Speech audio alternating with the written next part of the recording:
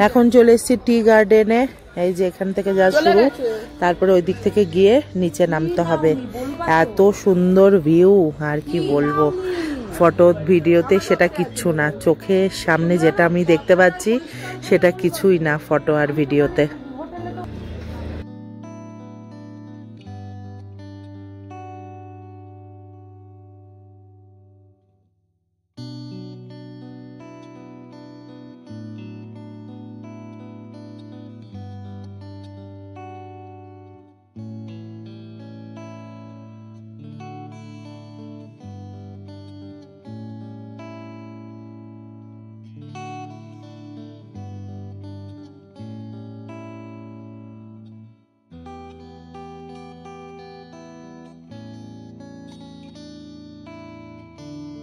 যে সবাই ড্রেস পরছে ফটো তোলার জন্য, আর এই দেখো চারিপাশের ভিউটা।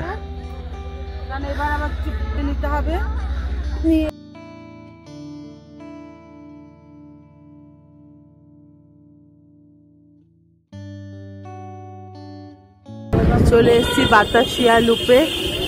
ওয়েদার আবার সেই কালকের মতো, পুরো ফগ, দেখতেই পাচ্ছ, প্রচন্ড ঠান্ডা লাগছে সবার। আবার এই যে বাতাসিয়া লুপ, আর গাছগুলো এত সুন্দর।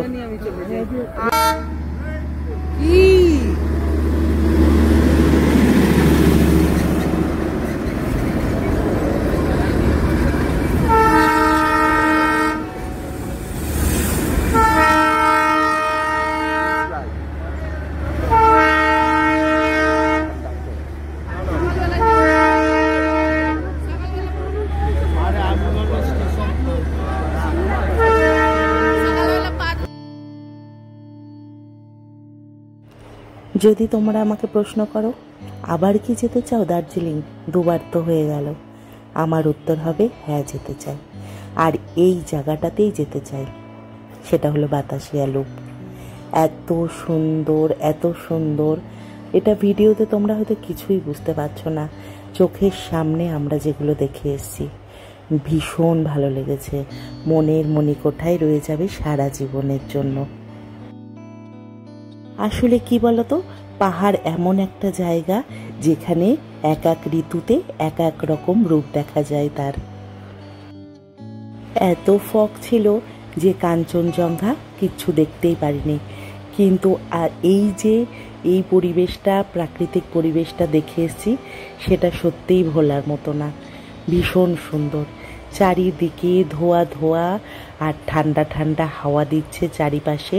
মাঝে মাঝে আবার মেঘ সরে গিয়ে, কুয়াশা সরে গিয়ে আলো ঝলমল করে উঠছে।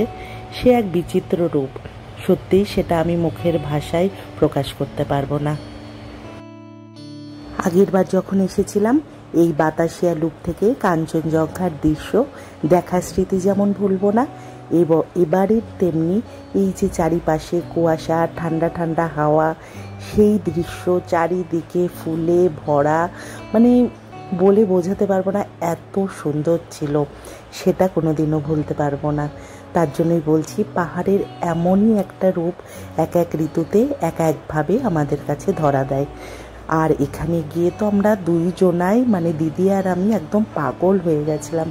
অনেক ভিডিও বানিয়েছি, অনেক রিলস বানিয়েছি, কিন্তু সত্যি চোখের সামনে যেগুলো দেখে এসেছি সেগুলো এই ভিডিওতে দেখে কোনোভাবেই আমরা সেটার বর্ণনা করতে পারবো না।